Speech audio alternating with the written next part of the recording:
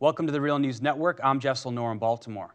The Gaza Strip's only power plant has now been shut down for over a month. Its 1.6 million residents are left with as little as 8 hours of electricity per day, with some sewage and water treatment plants failing and spilling over into the streets. On Sunday, Amnesty International released a report titled "Gaza Power Crisis Has Compounded Blockade's Assault on Human Dignity," criticizing Israel and Egypt's role in shutting off the Gaza Strip from the outside world. The United Nations Relief and Work Agencies also warned that 19 of 20 of its projects have been ground to a halt, and the tightening of the siege by Israel and Egypt is leading to Gaza becoming, quote, uninhabitable.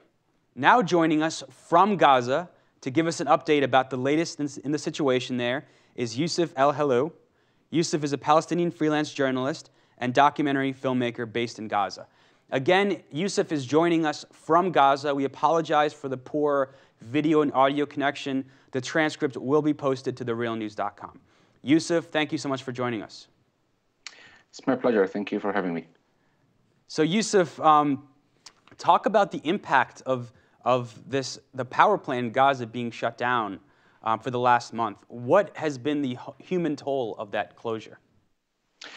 Well, to just make it crystal clear that Gaza is commonly known as the world's largest open-air prison, where about nearly 2 million people live in a very small, tiny land, isolated from the rest of the world and from the rest of the occupied territories.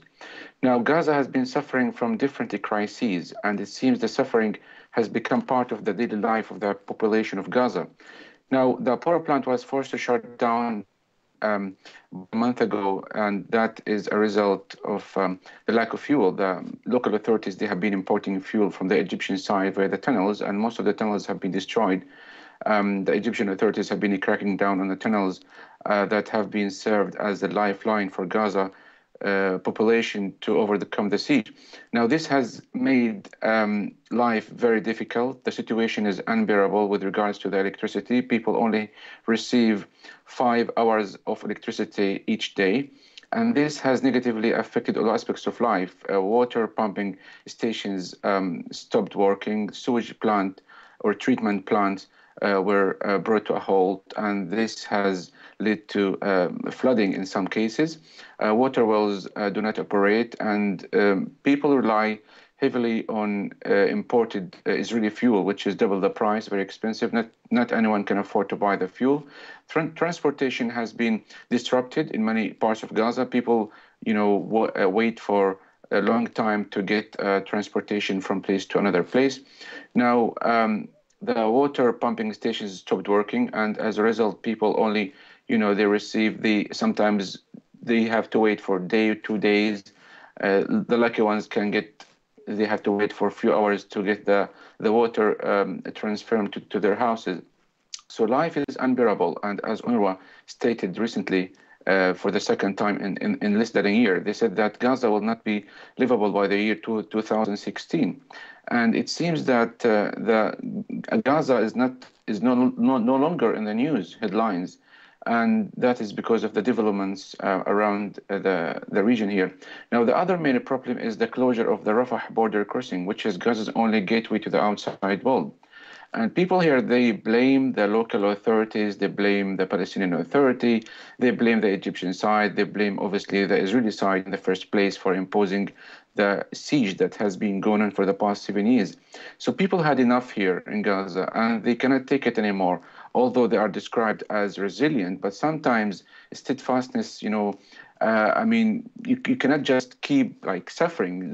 There must be a solution for these miseries. And the people of Gaza, they have suffered enough for a long time, for so many years. And in addition to the daily suffering, of course, the lack of the restrictions on imports and exports and the naval blockade that has been imposed on Gaza's sea coastline since 1967. And today, by the way, about 200 young Palestinian activists, joined by a number of internationals, they held a demonstration at sea.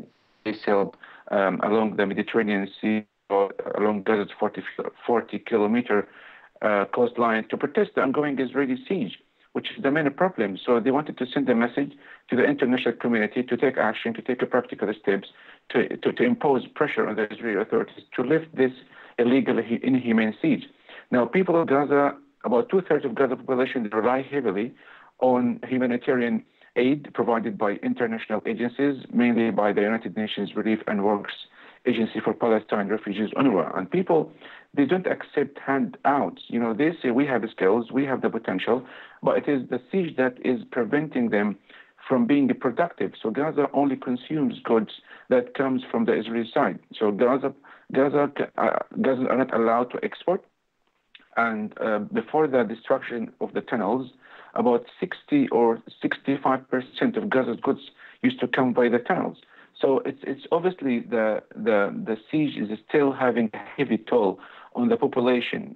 Farmers cannot produce their produce. The fishermen, can you imagine? Gaza is a coastal city, and we are forced to import frozen fish. So people here, they are dismayed by the apathy of the international community for not doing practical steps to hold Israel accountable for, you know, the prolonged Israeli siege. Of course, as I mentioned, people blame the local authorities, and the internal split or the division between the two governments here contributes to the suffering of people here, actually. Yusuf, thank you so much for that report. We'll link to all of your reports just beneath this report. Your reports about the Rafah border crossing, the restrictions there, as well as your many other reports you've produced for The Real News over the years. Thank you so much for joining us. Thank you. You're welcome. You can follow The Real News on Twitter @TheRealNews.